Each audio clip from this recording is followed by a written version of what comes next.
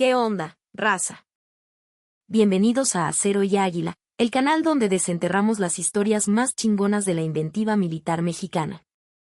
Hoy no vamos a hablar de los aztecas ni de los niños héroes. Hoy vamos a hablar de la revolución, de trenes, de artillería y de cómo un viejo ferrocarrilero analfabeta, con pura astucia y cojones, humilló a los ingenieros militares más presumidos de la época. Esta es la increíble historia del blindaje Pancho, una solución tan mexicana que duele, una que salvó a la División del Norte. Así que pónganse cómodos, sírvanse un tequila, y prepárense para sentir el orgullo correr por sus venas. Era el 18 de octubre de 1914, las 4:22 de la tarde, bajo el sol implacable de Chihuahua. Los talleres de ferrocarril bullían con el caos organizado de la guerra, el martilleo incesante sobre el acero, el silbido del vapor, el olor a carbón, sudor y pólvora. En medio de todo, un hombre llamado Pancho, aunque todos le decían el güero por un mechón de pelo cano que se negaba a oscurecerse, un maestro ferrocarrilero de 41 años, se encontraba presentando la idea más ridícula que el mismísimo general Francisco Villa había escuchado en toda su vida revolucionaria. El güero, con sus manos callosas y su rostro surcado por el sol del desierto, se paró frente al Centauro del Norte. No había mapas ni planos elegantes, solo la convicción en sus ojos. Mi general, dijo con una voz rasposa por el polvo y los años. Quiero clavarle tablones gruesos de madera y costales de arena al casco de nuestras locomotoras. Un doble forro. Villa, rodeado de sus dorados, lo miró como si el viejo hubiera bebido demasiado pulque. ¿Me estás diciendo, güero, que quieres ponerle adobe a mis máquinas de acero? Los cañones de los federales, esos que trajeron los gringos y los europeos, los están diseñando los mejores ingenieros del mundo.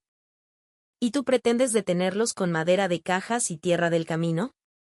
¿Te estás burlando de mí? El maestro Pancho no tenía educación.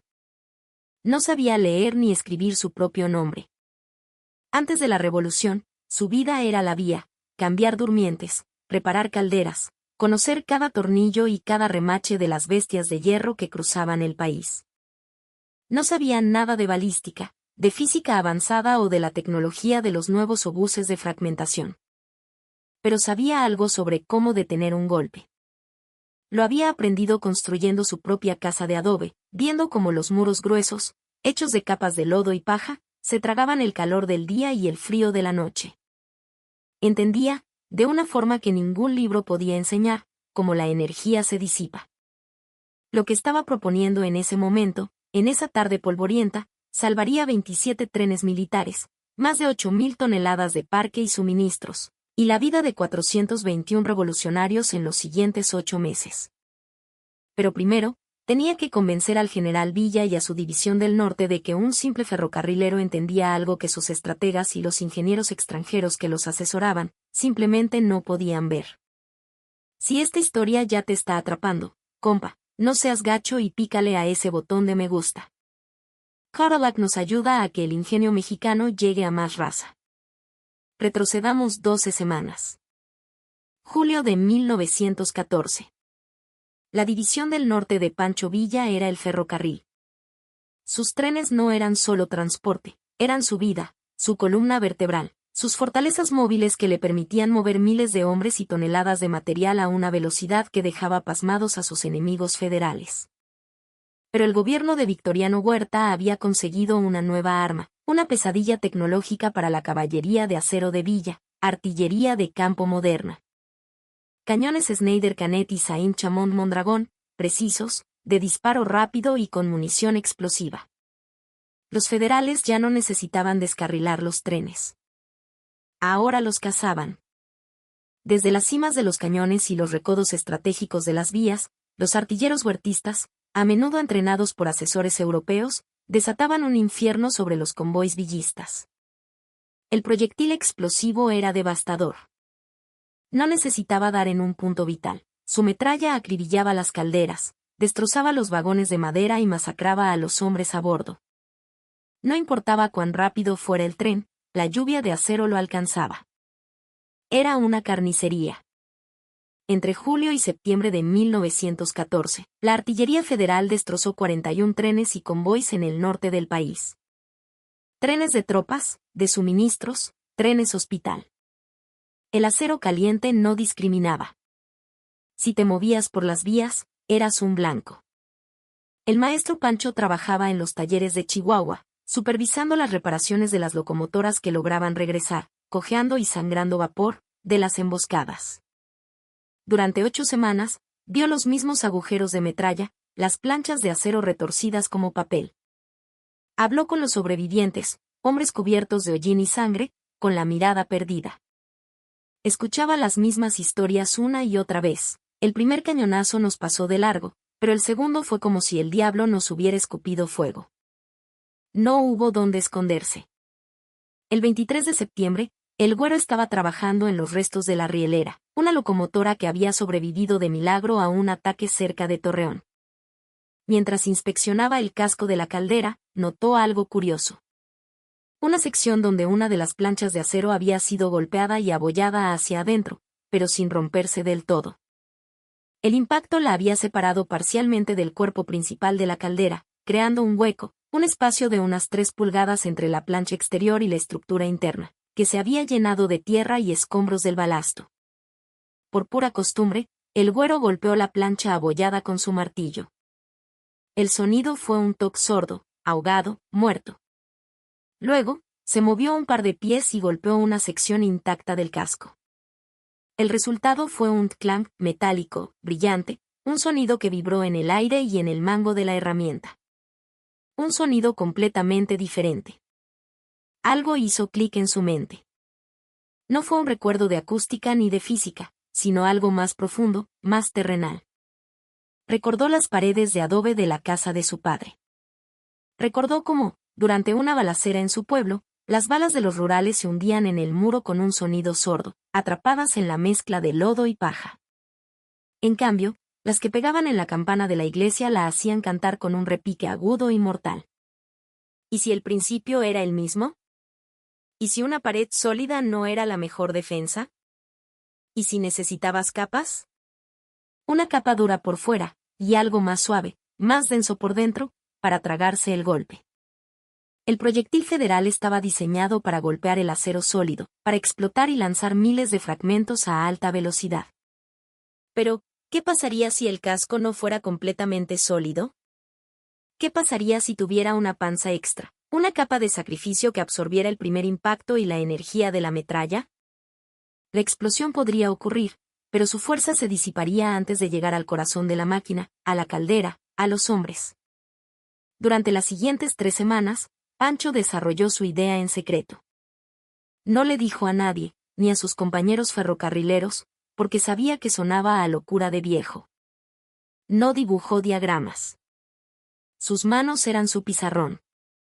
En un rincón olvidado del taller, juntó un trozo de plancha de acero rescatado de un vagón destrozado. Luego, consiguió unos tablones de mezquite, gruesos como el brazo de un hombre, y un par de costales de lona que llenó con arena y tierra apisonada. Creó un pequeño modelo, la plancha de acero, y delante de ella, a unas 4 pulgadas, los tablones de madera, con el espacio entre ambos relleno de los costales de arena. Era su blindaje de adobe, su sándwich de acero, arena y madera.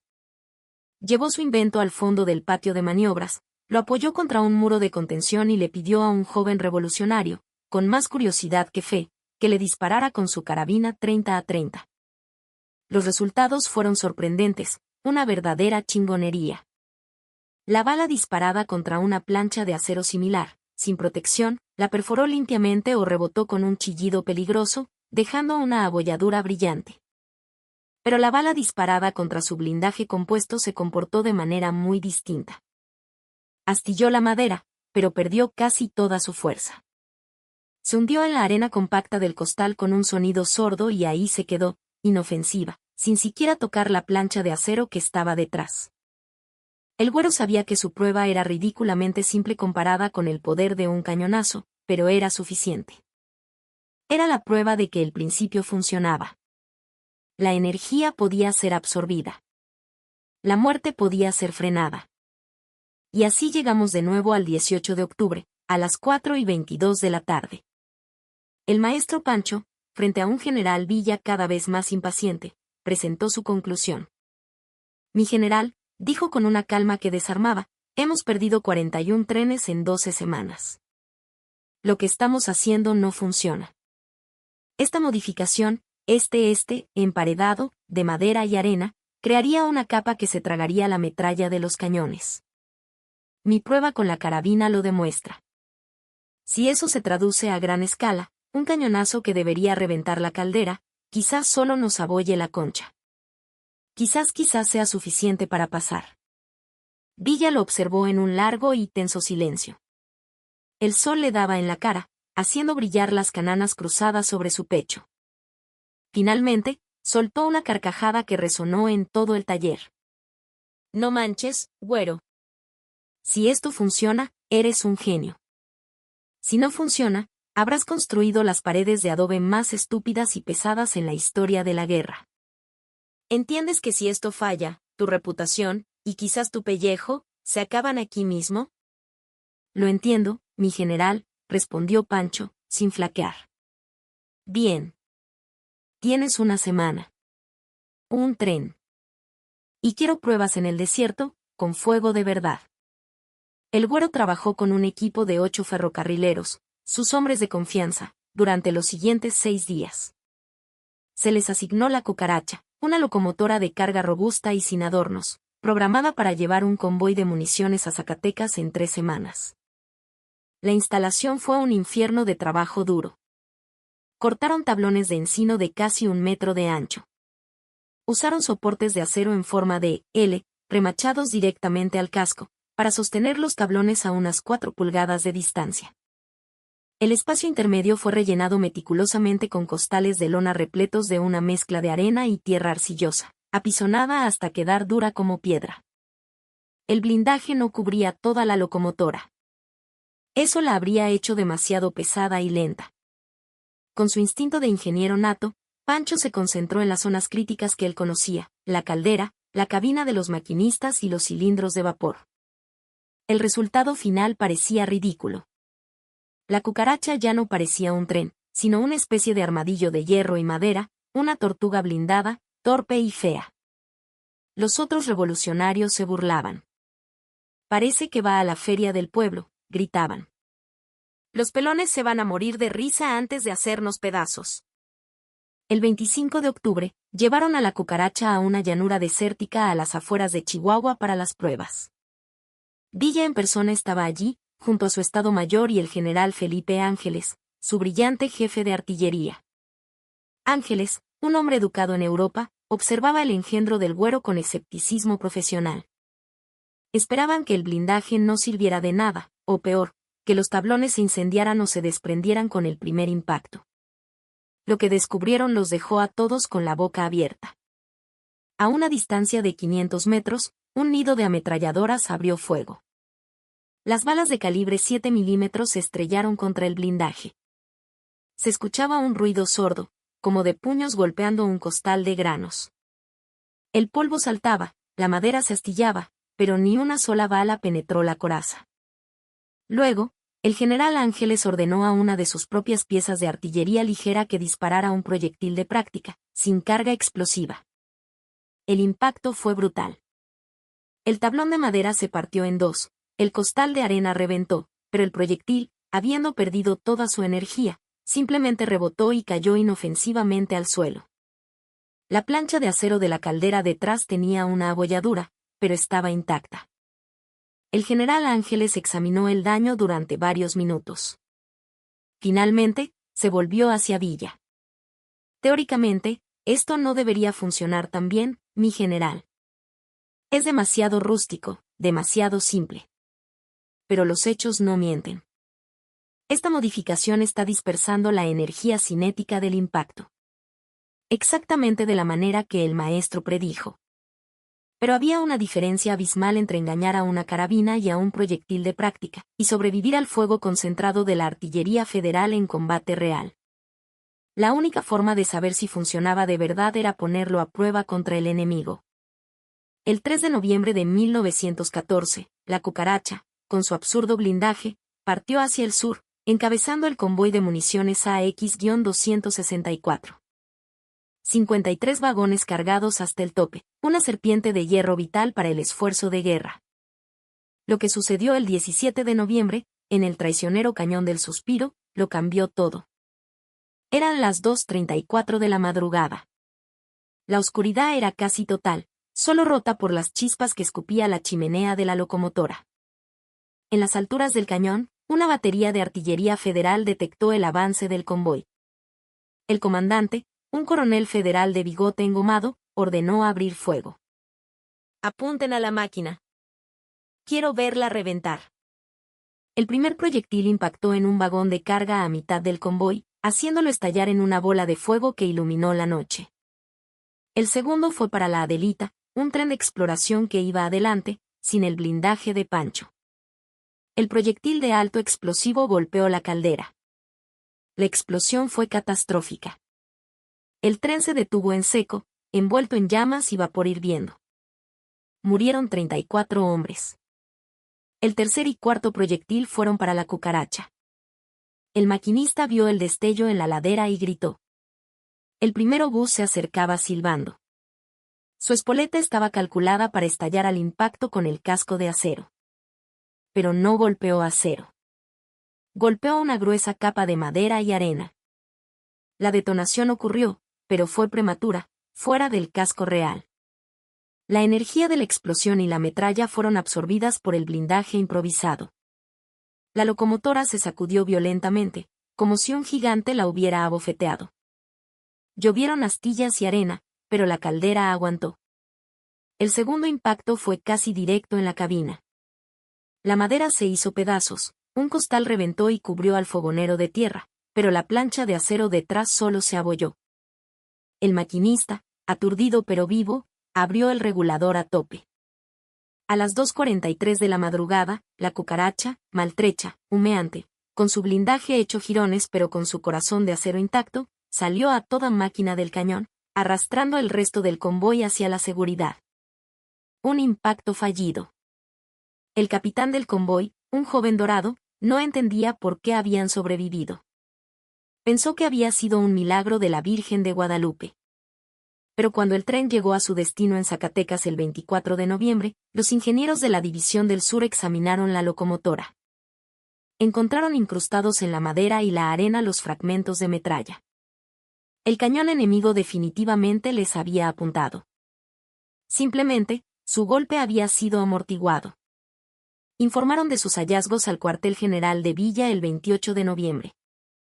El general recibió el informe el 2 de diciembre. «A huevo», gritó golpeando la mesa. «La chingadera del güero. Realmente funciona».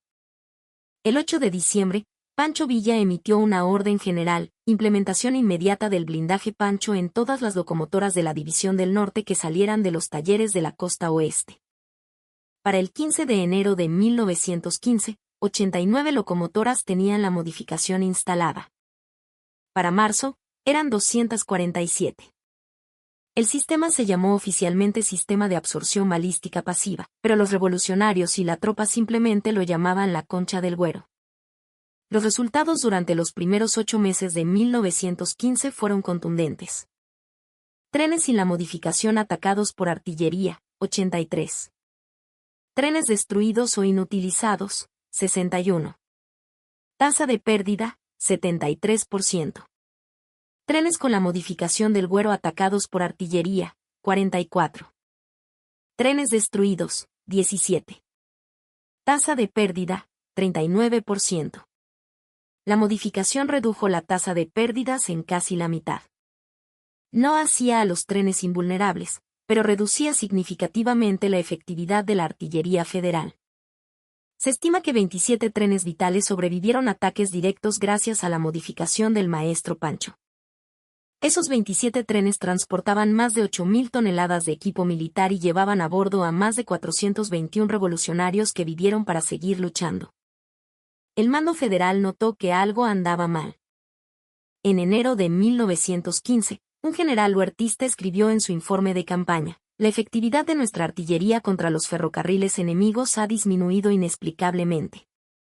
Es posible que los rebeldes hayan implementado algún tipo de blindaje improvisado. Los federales eventualmente conseguirían cañones más pesados, pero la guerra daría otro vuelco antes de que pudieran desplegarlos en números significativos. El maestro Pancho, el Güero, recibió el reconocimiento del propio general Villa el 14 de marzo de 1915. No le dieron una medalla de oro.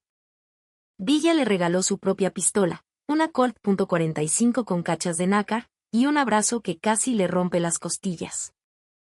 Después de la revolución, el Güero no se convirtió en consultor militar ni en un rico hacendado. Cuando las armas callaron, volvió a los talleres de Aguascalientes. Volvió a construir y reparar locomotoras. Exactamente lo que había hecho toda su vida.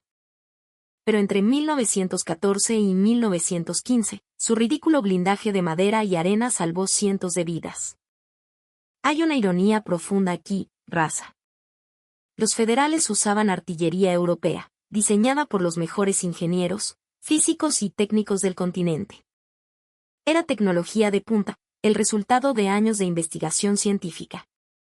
Y el maestro Pancho la derrotó con tablones, costales de arena y el conocimiento práctico de cómo se construyen las casas de adobe. ¿Por qué funcionó? Porque los ingenieros europeos diseñaron sus cañones para destruir objetivos militares convencionales, fortificaciones de piedra, barcos de acero. Asumieron que los cascos de las locomotoras eran superficies sólidas que se comportarían de manera predecible al ser golpeadas. Jamás anticiparon que alguien, intencionalmente, le pondría una capa suave y absorbente a sus máquinas de guerra. El Güero no entendía la teoría avanzada detrás de la transferencia de energía o la metalurgia. Pero entendía empíricamente cómo las capas de diferentes materiales se tragan un golpe. Lo había visto en las paredes de su pueblo. Aplicó el conocimiento práctico de un campo completamente diferente a un problema militar, y funcionó porque nadie más estaba pensando en esa dirección. Hay una lección más grande aquí, sobre la innovación y el famoso ingenio mexicano. Las soluciones no siempre vienen de los laboratorios o de los equipos de ingenieros con títulos colgados en la pared. A veces, vienen de un ferrocarrilero de 41 años, que no sabe leer pero que sabe escuchar el lenguaje del acero, la madera y la tierra. La ventaja de no ser un experto es que no sabes que se supone que es imposible. El Güero no sabía que no se podía derrotar a la artillería moderna con un blindaje de pobre. Así que, de todos modos, lo intentó. Y porque lo intentó, 421 revolucionarios llegaron a casa, en lugar de morir calcinados en un cañón del norte de México. A veces, la mejor tecnología no es la más avanzada, es la que, a huevo, funciona. ¿Qué opinas de esta historia extraordinaria? ¿Conocías cómo un ferrocarrilero sin educación científica derrotó a la artillería más avanzada de su tiempo usando madera y arena? ¿Crees que las mejores innovaciones vienen de los expertos en los laboratorios, o de gente práctica, de la raza, que ve los problemas desde ángulos completamente diferentes? Déjanos tu comentario y suscríbete a Acero y Águila. Cada semana te traemos historias verificadas y fascinantes de ese ingenio mexicano que cambió el curso de la historia. Activa la campanita para no perderte ningún episodio. Y cuéntanos desde dónde nos ves y qué otra chingonería de nuestra historia te gustaría conocer.